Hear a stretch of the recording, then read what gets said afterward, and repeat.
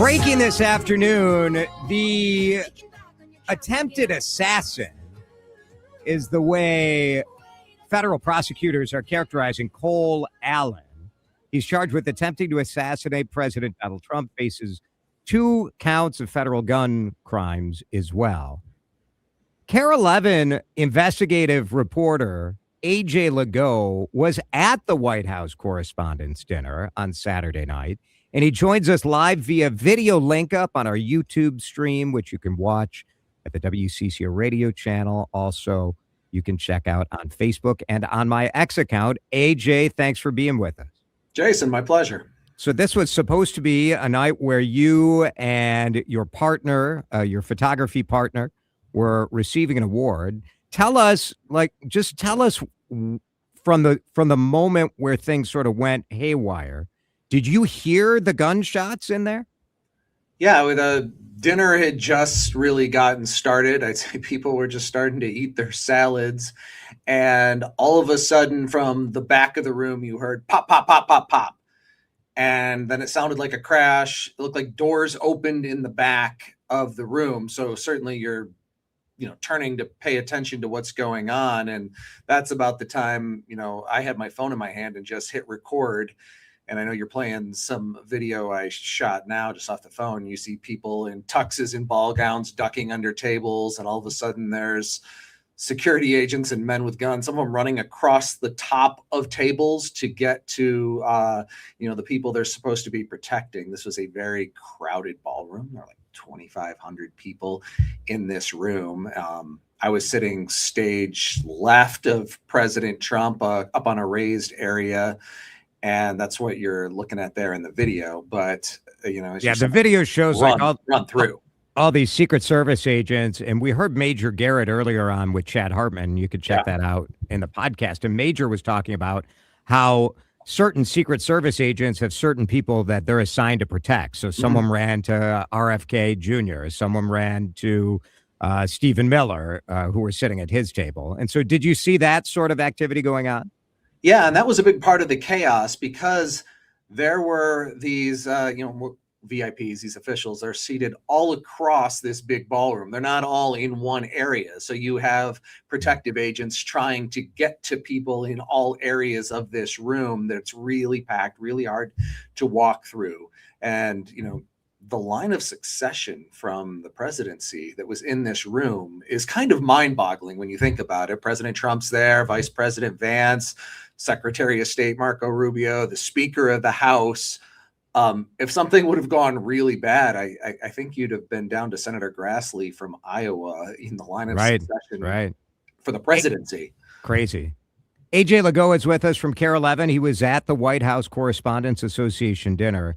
So, A.J., are you freaking out at all at this moment? I mean, I've never been in a scenario where I've heard gunshots and been in the same room as the President of the United States.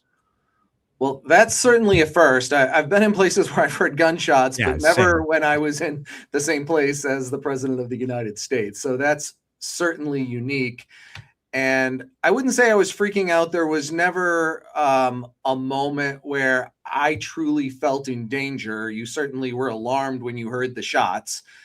And then you got kind of the chaos in the room and you start realizing you've got, Secret Service agents with rifles on one side of you, pointed out at the crowd, and you have, I don't know what going on back behind us with the doors. At this point, we don't know that this is a lone wolf. You don't know if there's a team. You don't know what's going on. So you're certainly keeping your head on a swivel. And this is also a room filled with journalists who tend to run towards things and pull out their camera, living by the mantra, no video or it didn't happen. So there's this combination of you're trying to see what's going on and you're also going, I need to record this. Yeah, such a strange phenomena, right? And I think understandably, like some of the reaction on social media to the reporter videos has been like, oh, you guys are some real heroes here pulling out, sort of that the media hate you see all the time. But it is a reminder of just like, that is what you do. Like, it's sort of second nature that you start recording, you start chronicling, you start trying to file a report. I wonder if there's been a lot of conversation about security or lack of security in the hotel. Could you paint a picture of, how to, no disrespect, but nobody in Washington, D.C. knows who A.J. Lagoe is. Certainly. So how do you prove that you belong at the White House Correspondents Association dinner? What was the process from the street to get in? You had to have a ticket to the event, and you can only buy those tickets if you're a member of the White House Correspondents Association.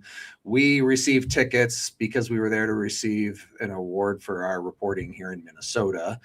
And so you had to show a ticket to go down the stairs into the lobby level of the ballroom. And at that point, you went through security like you were at the airport. You went through the metal detector. Then you got wanded down. I mean, they were checking out my cufflinks, right, to make sure that they were cufflinks. So there was security. And that's the security that in the video we've probably all seen. You see the gunman just come berserk running through, kind of like a zombie scene from 28 Days Later. He's just screaming through there, and that's when he gets taken down. In my opinion, security worked exactly really as it should have. This gunman never even got into the room where the president and vice president were. And amazingly, no one was killed. Certainly a Secret Service agent was hit, thank God, in his ballistic vest. But security worked. Do they need to fine tune some things? Possibly, where it sounds like this man was a guest in the hotel, so he didn't have to go through the security that you had outside the hotel, where you couldn't even get cars near the building for obvious reasons. Yeah. And then once you were inside, it sounds like he may have come down some inner staircase that got him to that base security level where he tried running through. But at the end of the day, he never even made it into the ballroom. AJ Lagoe is with us from KARE-11. Yeah, that's sort of my take, AJ. The people who are saying like, oh, why wasn't this a full lockdown? There's been some politicalization and weaponizing this of saying, oh, well, this is why we need the ballroom at the White House. I don't think the White House Correspondents Association gets to rent the White House ballroom. I don't know. Maybe I don't think taxpayers want to be funding a gala for, the Washington Press Corps, right? Like, I don't think this ever would happen in the White House ballroom. That's just my guess. I'm not a member there, but I think as journalists, we wouldn't be just doing something at the White House. The president and vice president, these were invited guests at an event that was funded and paid for by the journalism organization, not the other way around. AJ, what was the reporting that you guys were there to get an award for? We were being recognized with the Collier Prize for state government accountability reporting for the fraud reporting we've been doing here, our investigation called Housing Hustle. The last year really looking into a lot of the Medicaid fraud that we're now also familiar with here in Minnesota. And this was, we've talked about your reporting on this as well, but this is the first local broadcast station that ever got this honor. Pretty cool. Yeah, well, it's probably the first and last time I'll be invited to the White House Correspondents dinner. I'd say so. But one of the scenarios, I mean, did you get the award? I mean, I know this is not concern number one, but like, did you get the plaque or anything? How'd this go? That's actually really funny. No, the plaque was backstage, where they rushed President Trump and Vice President Vance out through. So there was no getting back there. The next day, someone knocked on my hotel room door and said, "Here you go, sir." So that's pretty classic, actually. So you did indeed get your I did award. Come home with a tchotchke, yes. Very good. The Housing Hustle investigation is phenomenal. People should check it out. You can see the whole thing on YouTube from KARE-11. But AJ Lagoe, thank you for giving us a little insight as to what it was like inside that room. How long were you stuck in there before they let you guys get out?